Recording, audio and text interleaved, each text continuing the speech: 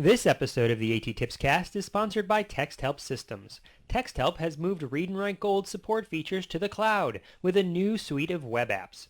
The web apps work within browsers on iPad, iPod Touch, iPhone, and other mobile devices as well as PCs and Macs. The apps include Read and Write Web, which provides read aloud with dual color highlighting along with dictionary, picture dictionary, translator, and study skills for HTML web content. eBook Reader, which allows users to search for, download, save, and read aloud Bookshare ebooks. Speech, which reads aloud typed or pasted text. And Dictionary, which provides text and image definitions for typed or pasted words. Call TextHelp at 1-888-248-0652. Again, that's 1-888-248-0652, or go to texthelp.com for more information. Hi, I'm Kirk Behnke from Texas Assistive Technology Network and Region 4 Education Service Center. And we have our Texas Assistive Technology Network website is www.texasat.net, and we have a conference in June on assistive technology with about 700 people attending. And you're listening to the A.T.TIPSCAST.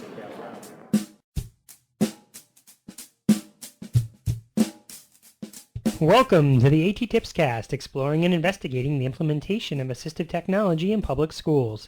I'm your host, Chris Bouguet. This is episode number 95, recorded on April 19th, 2012.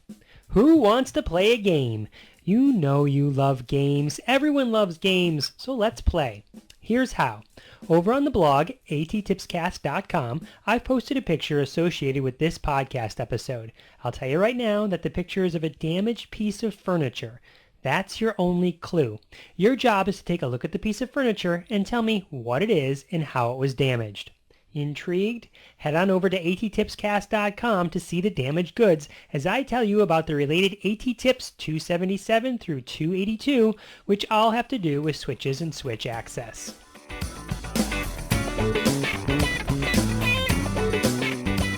And so let it be known that in truth for the entire 11-12 school year, I only worked directly with 2 students who are users of switches. The way our services are provided, I got to meet some other users of switches and help to generate strategies for them, but there were only 2 users of switches directly on my caseload. Having said that, for a number of years, I was in the position of helping whole classrooms of users of switches get set up and engage in meaningful activities. I've been wanting to scratch that itch forever and do an episode about switch access. Every switch works around the same basic concept of breaking or completing a circuit. Here's a brief rundown of how a switch works. Call it an educator's guide to switches, if you will. Electricity is generated from a source, like a battery. Current runs along wires to activate some sort of device.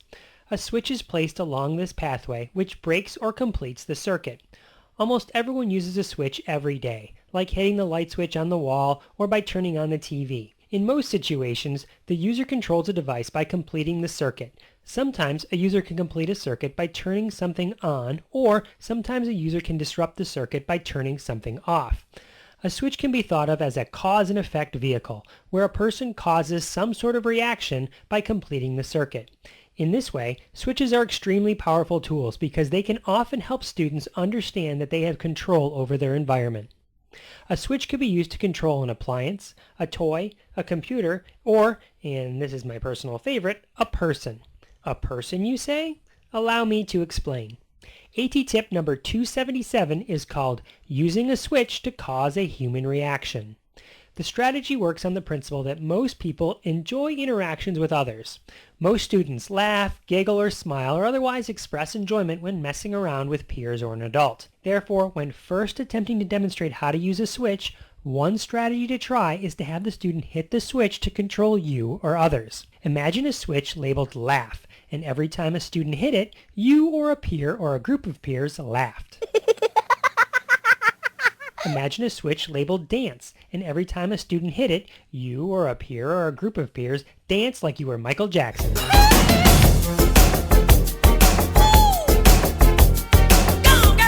Imagine a switch labeled bray, because a student really likes donkeys, and every time a student hits it, you or a peer or a group of peers trotted around going hee-haw, hee-haw. This type of interaction is extremely motivating. For some, even more motivating than food, videos, toys, or other common reinforcers.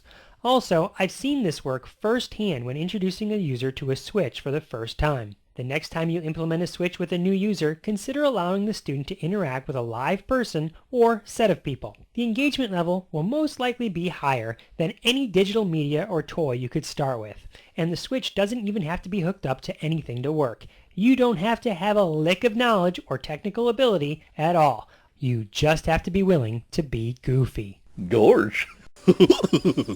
Well, what do you know?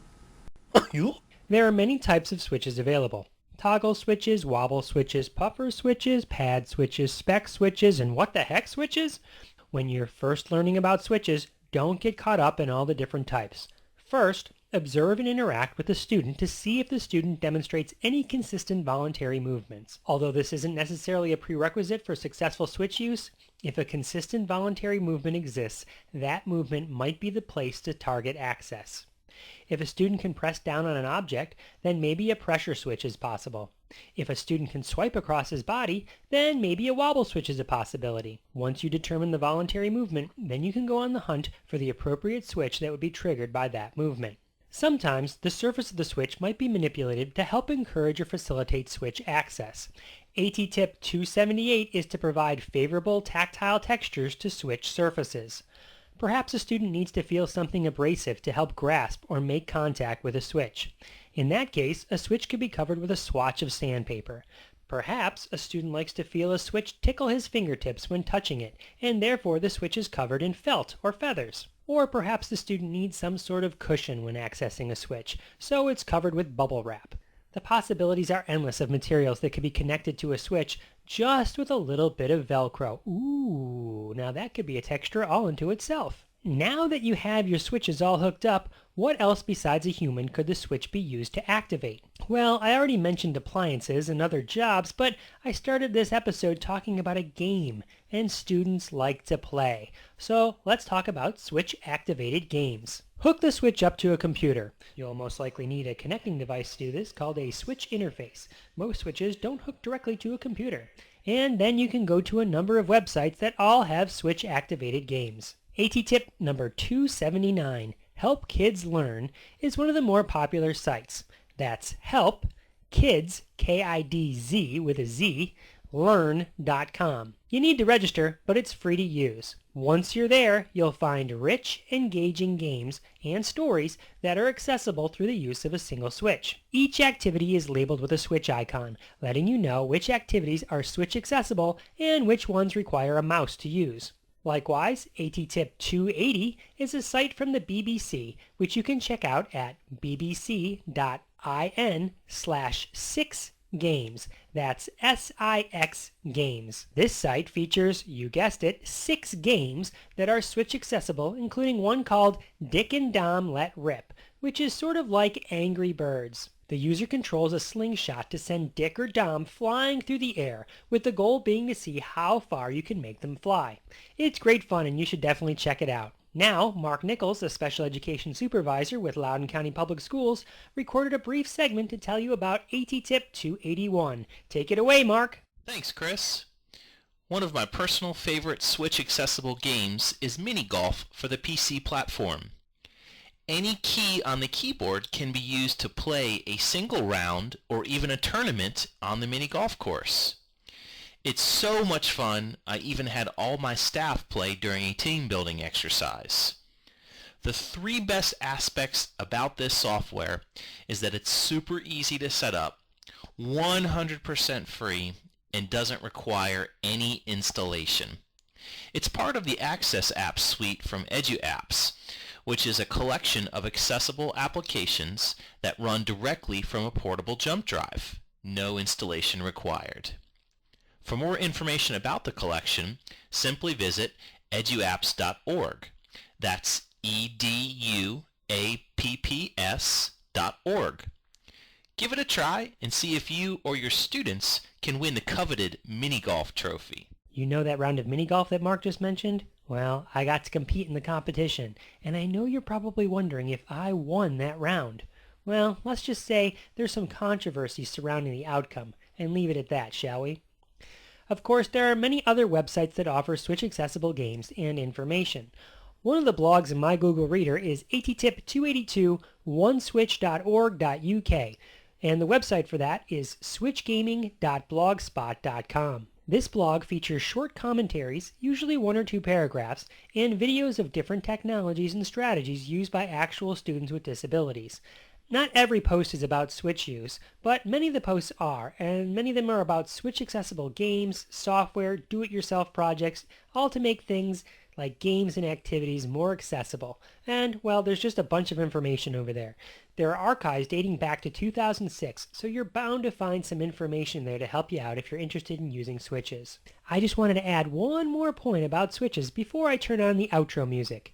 Remember, learning to hit a switch is just the means to an end. That is, in almost every case, learning to hit the switch is not a goal to be focused on. Instead, the focus should be on the activity itself, like playing the game, moving a story along, making choices, or otherwise experiencing content, or making some sort of impact on the environment. The switch is the vehicle that gets you to the destination, not necessarily the destination itself. Alright, with that final point, let me just hit the switch here to start rolling the outro music.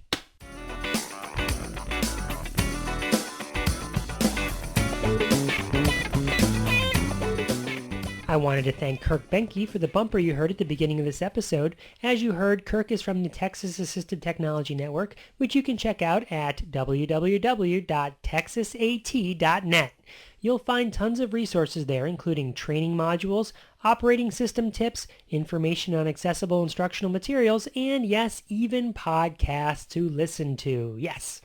Also, Kirk mentioned the Texas Assistive Technology Network statewide conference, which is coming up on June 12th through the 14th, and that's in Houston. If you have the means, I hope you get a chance to go, and then you can share everything you learned with others, like me. I'd also like to thank Mark Nichols for sending in that segment about Switch Accessible Mini Golf. If you think you have it in you to share a short tip or trick like that, let me know. I'd love to feature more clips like that into the shows. I know there's probably tons of free, helpful hints, strategies, or techniques you use to help students. If you have an idea for a clip featuring a free, helpful strategy you like to use, send me an email at A.T.TIPSCAST@gmail.com. Finally, don't forget about that picture identification game I mentioned at the beginning of this episode. I'd be very curious to see if you can guess what that picture is of and how the damage was caused. So until next time, may all your interventions be inclusive, and may all your strategies for switches be supportive.